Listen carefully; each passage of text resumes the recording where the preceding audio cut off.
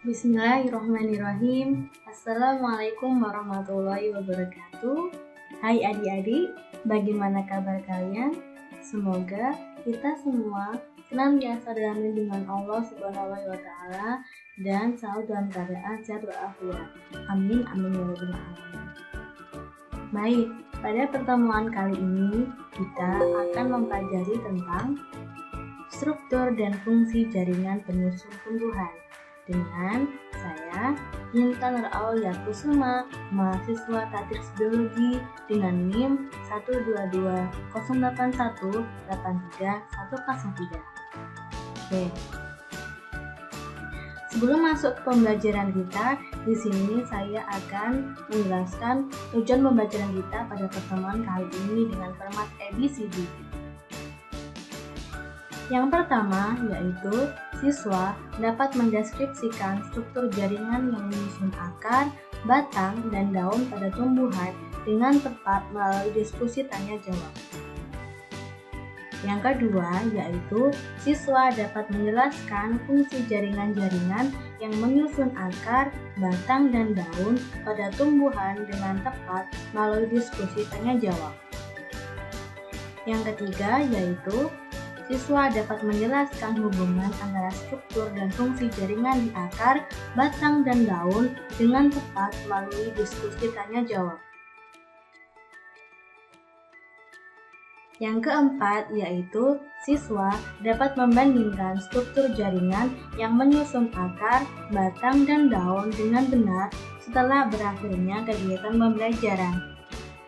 Yang kelima yaitu siswa dapat membedakan struktur jaringan berbagai organ tubuh tumbuhan dengan benar setelah berakhirnya kegiatan pembelajaran. Oke. Baik. Sebelum itu, adakah yang tahu apa itu jaringan? Oke. Jaringan adalah sekumpulan sel yang memiliki bentuk dan fungsi yang sama. Jaringan tumbuhan dibedakan menjadi dua. Yang pertama yaitu jaringan meristem atau embrional, dan yang kedua yaitu jaringan permanen atau dewasa. Jaringan meristem yaitu jaringan yang sel-selnya selalu membelah atau bersifat embrional, sedangkan jaringan permanen yaitu jaringan yang telah mengalami diferensiasi dan tidak meristematis lagi atau tidak tumbuh dan tidak memperbanyak diri, meliputi jaringan epidermis, jaringan parenkim, jaringan penyokong, dan juga jaringan pengangkut. Yang pertama yaitu jaringan meristem. Ciri-ciri dari jaringan meristem yaitu sel penyusun berdinding tipis dan berbentuk bulat lonjong atau poligina, relatif kaya akan protoplasma. Selanjutnya yaitu vakuola sel sangat kecil dan tersebar di seluruh protoplasma. Yang keempat yaitu terdiri atas sel-sel yang belum terdiferensiasi. Yang kelima yaitu mampu membelah secara mitosis secara terus-menerus. Berdasarkan letaknya, meristem dibagi menjadi tiga. Yang pertama yaitu meristem apikal atau meristem ujung. Yang kedua yaitu meristem interkalar atau aksial atau disebut juga dengan meristem antara. Dan yang ketiga yaitu meristem lateral atau meristem samping. Meristem apikal yaitu terdapat pada ujung-ujung pokok batang, cabang, dan ujung akar. Sedangkan meristem interkalar terdapat di antara jaringan dewasa. Sedangkan meristem lateral terletak sejajar dengan permukaan organ. Baik, di sini adalah gambar jaringan meristem. Meristem apikal terletak pada ujung.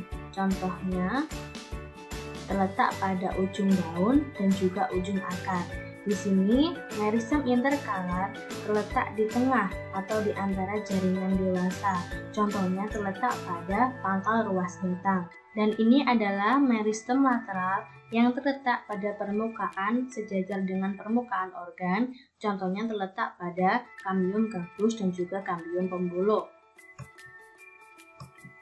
Sedangkan berdasarkan asal terbentuknya, meristem dibagi menjadi 3. Ada promeristem, meristem primer, dan juga meristem sekunder. Promeristem adalah terletak sudah ada jejak tumbuhan masih berada pada fase embrio.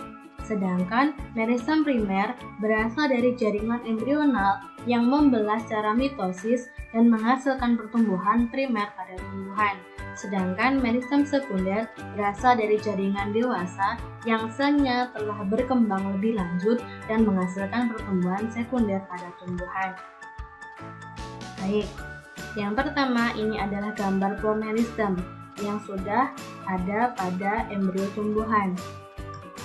Dan ini adalah meristem sekunder yang menyebabkan pertumbuhan sekunder, dan ini adalah meristem primer yang menyebabkan pertumbuhan primer pada tumbuhan. Yang kedua yaitu jaringan epidermis. Ini adalah gambar jaringan epidermis. Jaringan epidermis berfungsi menutupi dan melindungi jaringan yang ada di bawahnya, yang mana terdiri atas lapis sel hidup yang berbentuk persegi panjang, tersusun rapat, dan tidak berklorofil. Dapat dilihat di sini, yang mana bentuk jaringan epidermis berbentuk panjang dan juga tersusun rapat tanpa ruang sel. Jaringan epidermis juga bermodifikasi menjadi stomata, rambut akar, trikoma, sel kipas, dan juga spina atau duri. Yang pertama, ini adalah gambar stomata pada jaringan epidermis. Yang kedua, ini adalah rambut akar, modifikasi dari jaringan epidermis. Ini adalah bentuk rambut akar. Yang ketiga, yaitu trikoma atau bulu-bulu. Selanjutnya yaitu sel kipas, di mana sel berwarna putih ini adalah sel kipas. Dan yang terakhir yaitu spina atau duri. Yang ketiga yaitu jaringan parenkim. Jaringan parenkim disebut juga jaringan dasar karena dapat ditemukan hampir di semua bagian tumbuhan. Jaringan parenkim terdiri atas sel-sel hidup yang berukuran besar, tipis, berbentuk segi enam, memiliki banyak vakuola dan ruang antar sel, sehingga susunannya kurang rapat. Jaringan parenkim dibedakan menjadi 5. Yang pertama yaitu parenkim asimilasi yang bertugas melakukan proses pembuatan zat makanan. Yang kedua yaitu parenkim penimbun yang mana bertugas sebagai penyimpan cadangan makanan. Yang ketiga yaitu parenkim air sebagai penimbun air. Yang keempat yaitu parenkim udara yang bertugas sebagai tempat menyimpan udara.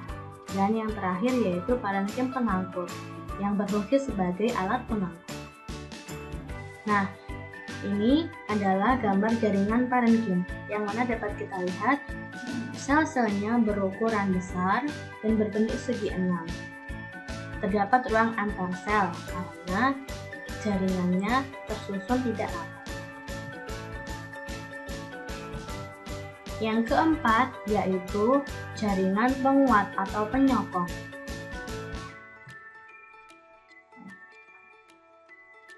Berdasarkan bentuk dan sifatnya, jaringan penguat dibedakan menjadi 2. Ada jaringan kolenkim dan juga jaringan sklerenkim. Jaringan kolenkim sebagai jaringan penguat organ tumbuhan yang aktif mengadakan pertumbuhan dan perkembangan.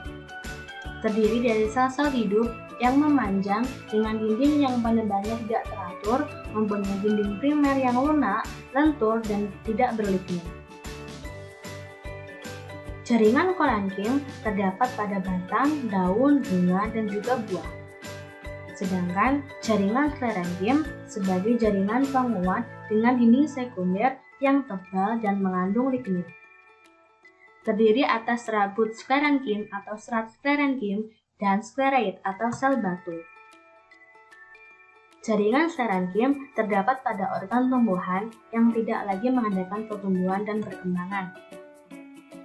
Di sini dapat dilihat perbedaan antara jaringan kolenkim dan jaringan sklerankim. Terlihat di sini jaringan sklerankim mempunyai dinding yang tebal dan juga berlignin.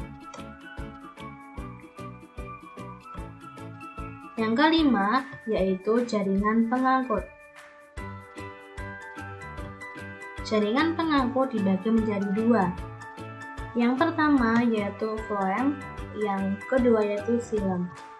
Floem berfungsi mengangkut dan mengedarkan zat makanan hasil fotosintesis dari daun ke seluruh bagian tumbuhan.